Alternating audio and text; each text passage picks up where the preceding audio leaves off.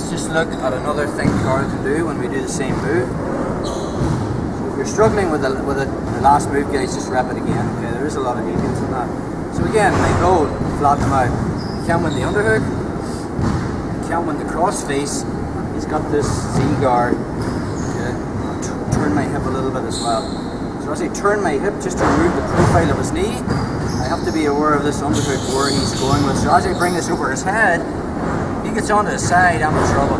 So I want to close this down straight away by putting a whizzer on his leg and dropping my chest heavy onto his arm. Okay?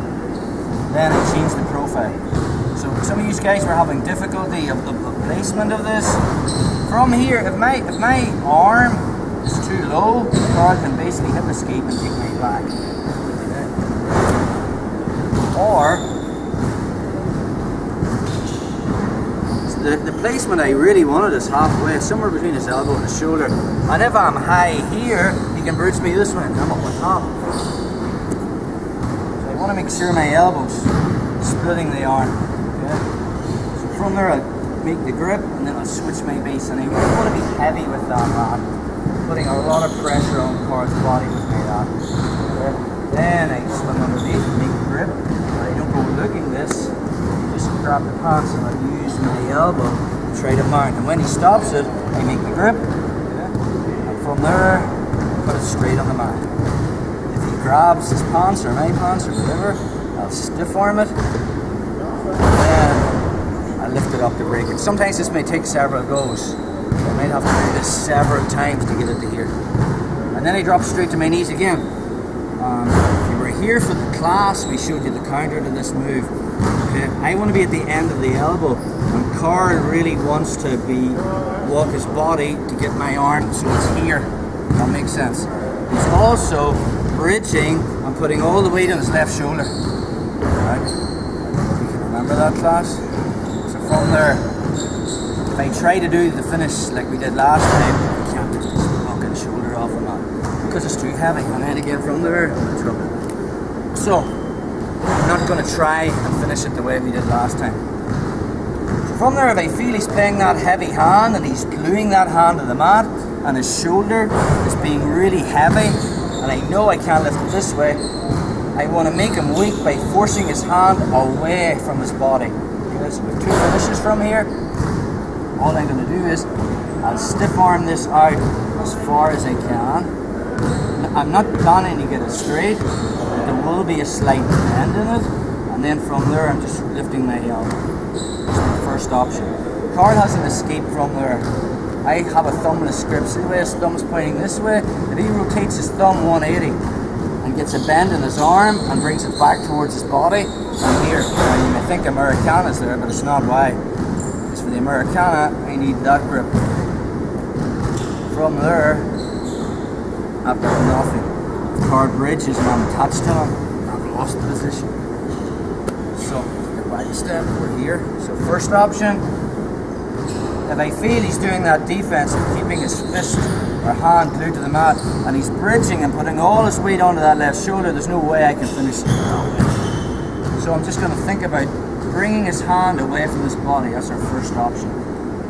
I'll not get a straight arm lock here, but I'll get a slight bend in the arm and then I'll just raise my elbow. What a defense he can do is he can rotate 180, and because I have a monkey grip and with the slip factor, sometimes I can't stop that.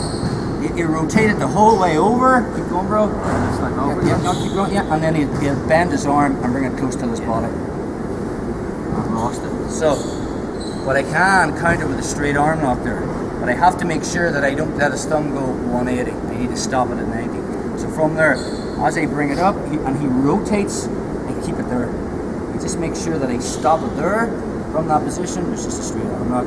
What I do is I put his wrist on the mat. Okay, so take it from the start. Sometimes it's just about minor little adjustments you need to make to finish. So again, if he's playing this knee again, there's two ways. You can probably make a triangle. He is playing that Z-guard, and I can't win the underhook, and I can't win the crossface. I just need to turn my body. So we have this profile of this in my hip or this in my chest. So if I turn my body, I can just launch on it. But I'm hooking this leg to make sure he doesn't go deep with that underhook. And I'm driving flatten them out and to close this down so it doesn't go any further. So I split the arm halfway, make the grip, switch my base, heavy with my lat, walk my foot up, control the arm. So I just swim this underneath to get connection with the elbow, and then from there I don't look for the wrist, I just try to mount. And when his hand comes there, I make the grip. He grabs his pants, I just stiff arm it, lift it up, put it on the mat. So now this time I can't finish the last way. You'll feel anyway, it's not a visual thing, you'll feel him really stiff arming this to the mat, and he's really bridging and gluing his shoulder. So from there, I'm just going to concentrate on making the distance between his body and his wrist bigger. So I start pushing this away from his body to make him weak. From there, there'll still be a slight bend. I just raise my elbow. It's the first one. If he goes for that other escape, I stop it halfway. I don't let him get the thumb pointing to 180. So I just make my monkey grip. And I just push his wrist to the mat and lift. Another time. Again, turning my body.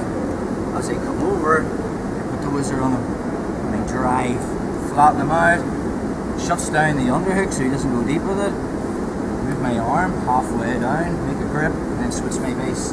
Walk the foot up, grip in the pants, try to mount so I get the profile I want on the wrist. Once I have that, and he has that grip, I stiff arm it, lift it up, put it on the mat. Back to my knees again. Again, some of you guys, instead of coming back to your knees, you were actually bringing your knee over this way. If I do, Carl can get on my back.